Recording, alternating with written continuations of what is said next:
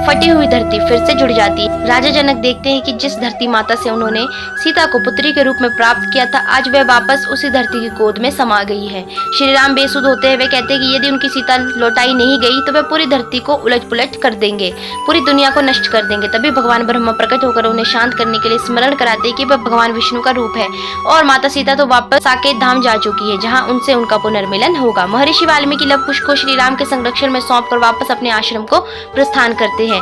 Love कुश मुनि कुमारों का वेश त्याग कर राजकुमारों का वेश धारण करते हैं। वे अपनी माता की स्वर्ण प्रतिमा को श्रद्धांजलि अर्पित करते हैं और परिवार के वरिष्ठ जनों का आशीर्वाद लेते हैं।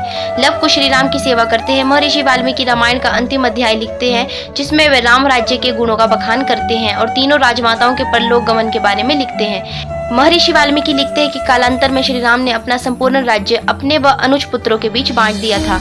कुश को दक्षिण कौशल प्रदेश दिया, जिसकी राजधानी कुशावती थी। लव को उत्तर कौशल प्रदेश श्रावस्ती का राजा बनाया। श्री राम ने भरत पुत्र तक्ष को तक्षशिला तथा पुष्कर को पुष्करावती, लक्ष्मण पुत्र अंगद को अरुपत में अंगदपुर तथा चंद्रकेतु को चंद्रावती का राज्य दिया।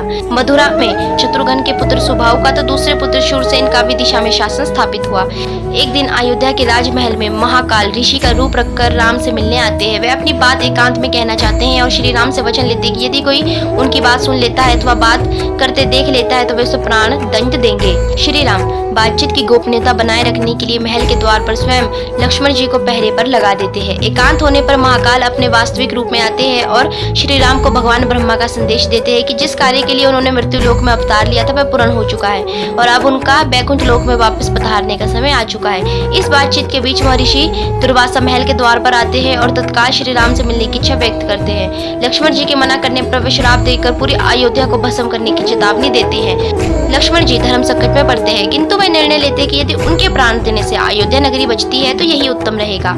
लक्ष्मण जी महाकाल और श्री राम की बातचीत के बीच महर्षि दुर्वासा के आने की सूचना देते हैं। महाकाल नाराज होकर अंतर्ध्यान हो जाते हैं। लक्ष्मण जी के लिए मृत्यु दंड का निर्णय लेने के लिए श्री राम मंत्री परिषद की बैठक बुलाते हैं। गुरु वशिष्ठ श्री राम को अपनी प्रतिज्ञा पूरी करने का परामर्श देते हैं। बुद्धिमान हनुमान वेद सम्मत बात कहते हैं कि अच्छे इंसान का त्याग कर देना ही उसे मृत्यु दंड देने के बराबर होता है।